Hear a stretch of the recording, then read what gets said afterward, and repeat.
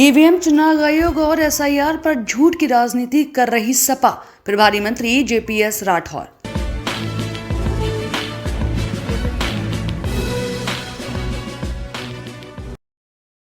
2 दिवसीय दौरे पर बरेली पहुंचे उत्तर प्रदेश सरकार के प्रभारी मंत्री जेपीएस राठौर ने समाजवादी पार्टी पर तीखा हमला बोला। उन्होंने कहा कि सपा झूठा भ्रम फैलाकर राजनीति कर रही है, संवैधानिक संस्थाओं की साख को नुकसान पहुंचाने का प्रयास कर रही है। जब भी चुनावी परिणाम उनके पक्ष में नहीं होते, सपा चुनाव आयोग, ईवीएम और एसआईआर जैसे विषयों को लेकर बेबुनियाद आरोप लगाने लगती है।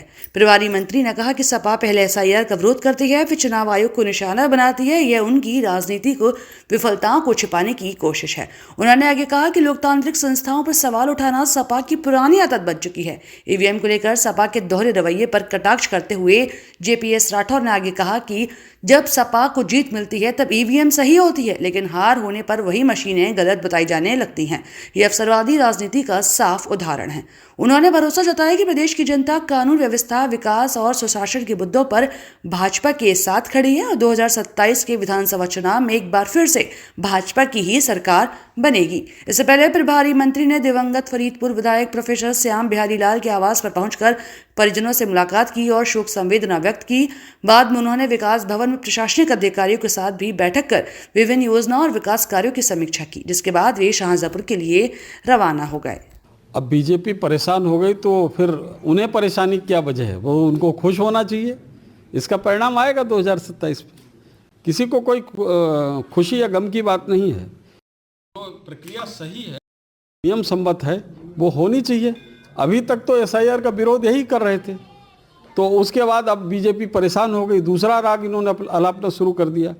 और ये लोग हैं जो अभी निर्वाचन आयोग को एसआईआर के रूप में ऊपर घसीट रहे थे और उसमें निर्वाचन आयोग पे प्रश्न चिन्ह खड़ा कर रहे थे। कभी ये निर्वाचन आयोग संवैधानिक संस्था पे प्रश्न चिन्ह खड़ा करते हैं, उसको अपमानित करने का काम करते हैं। कभी ईवीएम को दोषी ठहराते हैं जब चुनाव हार जाते हैं। और 2024 में जब जीत गए तो एक बार नहीं कहा कि हमारी ईवीएम मैया ने हमको जिता दिया, या फिर निर्वाचन आयोग ने निष्पक्ष काम किया, उत्तर प्रदेश के प्रशासन ने निष्पक्ष काम किया। कहना चाहिए ना इनको, तो झूठ बोलते रहते दिन भर। तो जब हार चुनाव तो बहाने इनको चाहिए। तो इस तरीके से अभी देखते रहिए, ये अपनी बात पर कायम रहें कि एसआईआर ठीक हुआ, अच्छा हुआ। बरेली में कभी कई लाख वोट कटे हैं, बात सामने आई, तो इसका असर क्या बीजेपी सरकार? देखिए, ऐसा है कि जो भी कटने की बात नहीं है, वहाँ पर जिन वोटर के इधर उधर कुछ पाए गए नाम, तो उसको अभी उसमें सूची में नहीं है।